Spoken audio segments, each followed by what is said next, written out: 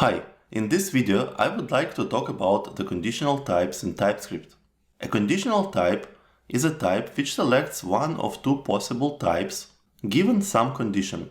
And this condition says the following: if some type T is assignable to some type U, then choose type X, otherwise choose type Y. Also, there are cases when TypeScript defers the evaluation of a conditional type. This happens at the point in code when it doesn't have enough information about one of two types in this condition. For example, the type T or type U may be a generic type parameter, which will be known later in the code, but not at the time of the definition. Now I would like to open the editor and show some examples. Let's start with a very basic example. Let's say we have type some type, which at the moment is a string. Now let's create a conditional type. And here let's say if some type is assignable, we use extends to express this statement, to a string. Let's say a string. Then select string, otherwise select null. Let's see what we get for the result. Here it's a string, so TypeScript was able to evaluate this expression. Since some type is a string, it is assignable to a string, so TypeScript chose string. If we change string to a number, we will get the other option, which is null. Now let's see the case when TypeScript defers the evaluation of a conditional type. I will create a simple function. This function takes some argument, let's say value of type T. Let's use a generic type parameter for it. And let's say from this function I would like to return a new function. Let's call it some other function.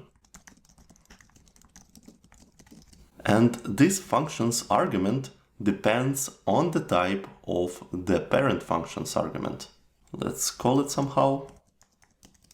And here we use a conditional type to choose the right argument. Let's say if T is assignable, for example, to a boolean, then pick type A for the argument, otherwise we pick type B. Okay, let's return this function. Okay, so here we have a deferred evaluation of a conditional type because TypeScript doesn't know at this point anything about type T. It will know about type T when we call this function with some value, so it will be able to either infer it or we will be able to manually set the type. So for now, some arg is deferred. Okay. If I call this function with some value, let's say a string, let's check the result. And for the result, we get the following. We get this function that it returns with some arg to be type B, because string is not assignable to a boolean. So we choose the other option, type B. If we change the string to a boolean, let's say true, we'll get for the result type A, because true is assignable to a boolean. We can still use a conditional type before it is evaluated. Before it is evaluated, we get the following. So TypeScript doesn't yet know which type of these two some arg will get. So this deferred conditional type says the following: some arg can be either type A or type B, so it becomes a union. This means we can assign some arg to a value which accepts both type A and type B. Let's see an example. Let's say we have some variable A of type A or type B, and we can assign some arg to it. Here, this works. If A, for example, has exactly type A without type B, then we will get an error that we cannot assign some arg which is of type a union of type A and type B to a value of type A. Also, we can nest conditional types. Let's say we have some type, let's call it A. And here we can say if T is assignable to a boolean, we choose type A. Otherwise, if T is assignable to a string, let's choose type B. Otherwise, if T is assignable to a number, we choose type C, and we could continue like this until we are satisfied with our expression, but let's stop at this type T. Okay. Now let's have a look at the distributed property of a conditional type. Let's say we have a type, let's call it string or not.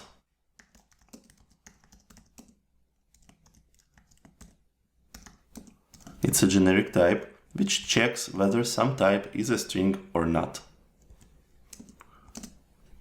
And let's check if T is assignable to a string, then we return a string, otherwise return never.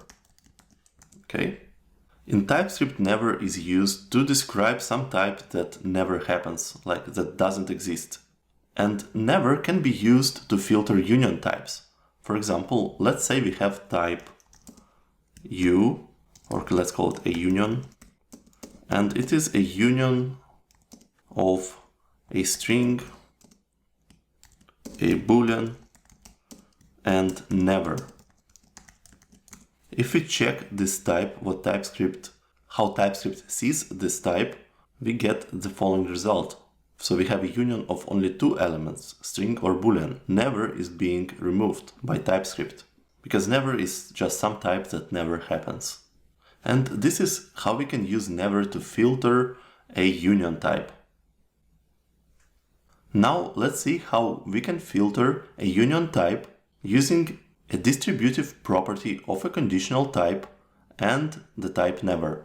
I will base my example on the TypeScript's built-in type called exclude.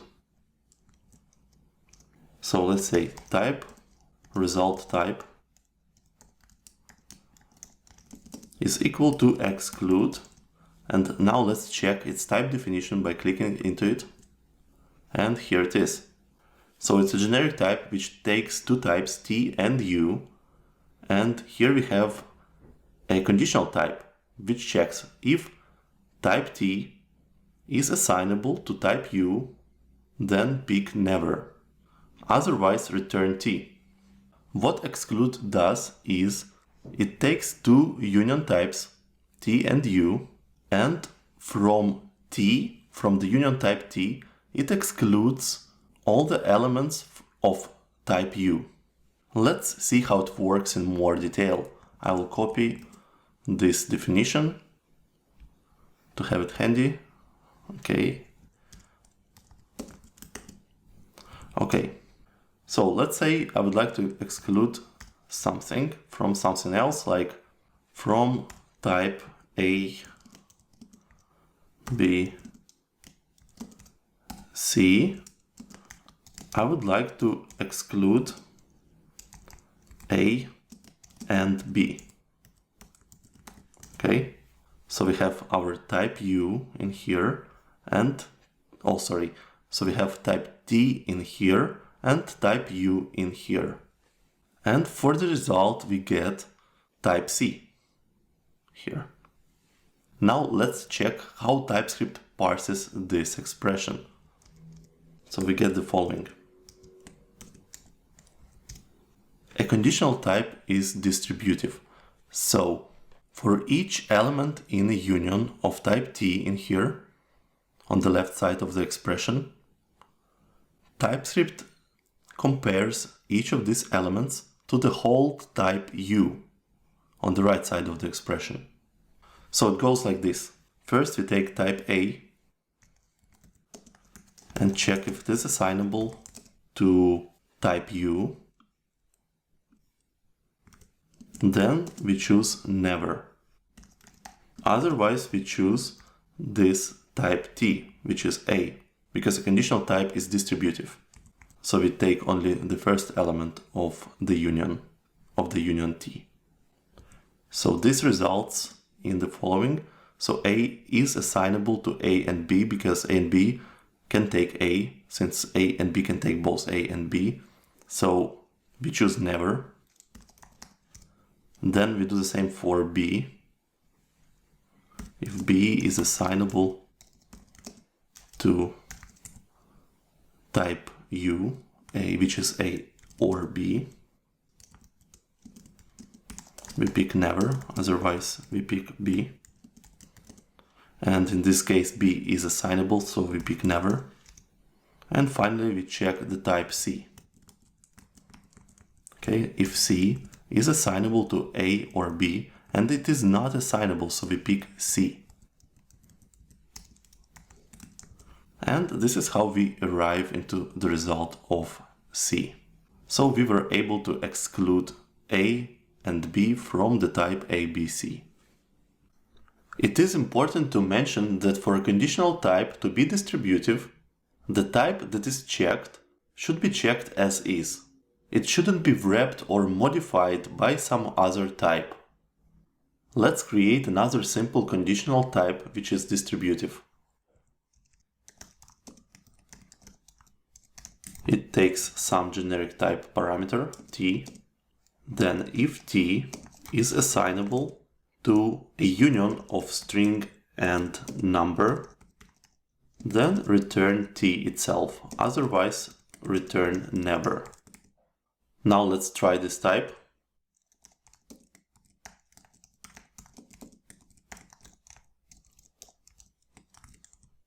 With a union of string, number, or boolean. Since this type is distributive, each element of this union will be checked on its own against this type. So as a result, we will get a union of string and number. Boolean will become never. And here is the result. So my type is distributive because the type T is being checked as is. It's not wrapped into any other type, like a tuple, an array, a function, or some generic type. So let's try to wrap it into a function. Okay, like this. So we turn it into a function which returns T. Let's put it into parentheses, like this. Otherwise, this return type T is being merged with this extends clause. All right. And also to make the comparison correct, let's wrap the type that we compare against into a function as well. So right now we compare two functions. And the result of comparing this union to this function is never here. Because the function which returns the union of string, number, and boolean is not assignable to a function which returns a union of string or number. If I remove boolean, the result will be string or number. So the type myType became non-distributive, and the comparison is not distributed between the elements of the union type that is being checked. This union type is checked as is without any distribution. Also, we can explicitly state that our conditional type should not be distributive. And we can do it like this. Let's get back to a simple type.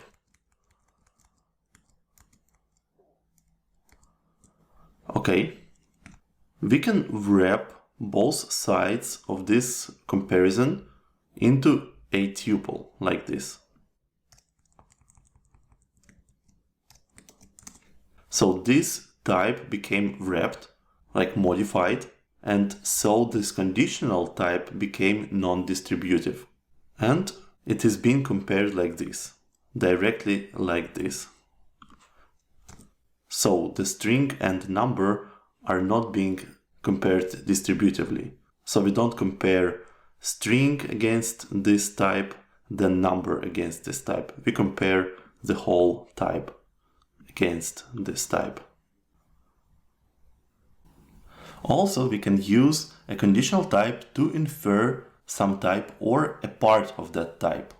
In the extends clause of conditional type, we can use the infer keyword to infer the whole type T or a part of this type, and place the inferred type or types into variables, like U in here.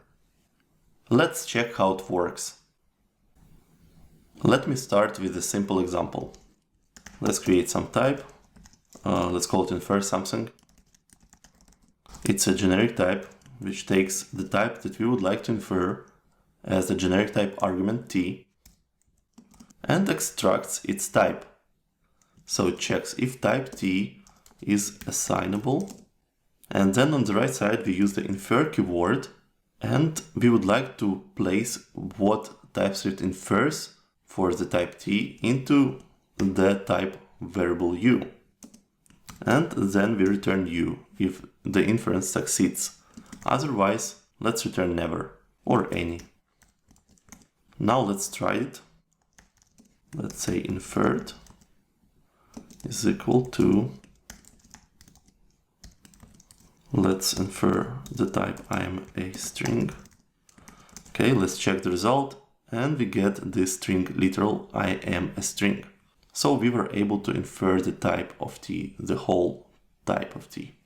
Now let me show you how to infer parts of type T. Let's create another type.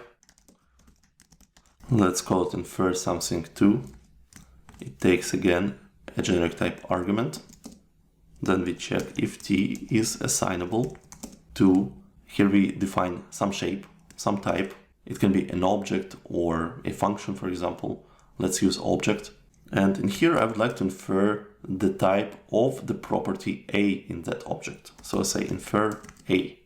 And also I would like to say that I would like to infer this A only if T is assignable to an object that has property A and also has property B, which is a number. And then if this expression succeeds, I get the type of the property A and I return it. Otherwise, let's say any. Okay, let's try this. Let's say inferred 2. Infer something 2, and let's try to infer the type of an object which has a property. Let's say it's a string, hello, and if I pass this object with only the a property without the b property, I get any for the result, because this expression does not succeed. This type cannot be assigned to this type which has this property b. So let's add property b. It's a number, and now we were able to infer the type of the property a, which is the string literal hello here. Also, we can infer multiple types. Instead of setting property b to a number, we can infer it, infer b, and then we can return, for example, a union of a and b. Okay, oh sorry, not a union, it's an intersection of a and b, so it's a and b combined. Now let's make it, let's turn it into an object. Let's say we have object a with some a property, which is, let's say 1, and we have object b with some b property, and let's say it's a string called b. Okay, and let's check the result, and here it is. So TypeScript inferred the type of the property a, which is an object with some a prop, which is equal to 1, and it also inferred the type of the property b, which is another object with its own property. And it combined them here. So we got this combination of a and b returned. Now let me show you some real example of using a conditional type to infer something. In TypeScript we have a utility type called return type. This type returns the type of the return value of a function, given some function definition. So let's try it. Let's say we have type my func return value, and then we use return type. Here it's built-in type in TypeScript. Let's check how it looks, how it is defined by clicking into it. Here we go.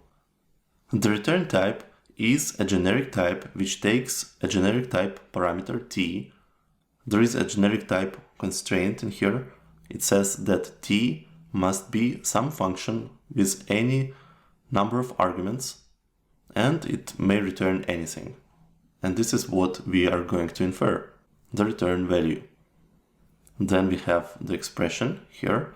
It checks if the function definition t is assignable to the following function definition, and it can be, as I see, any function with any number of arguments again.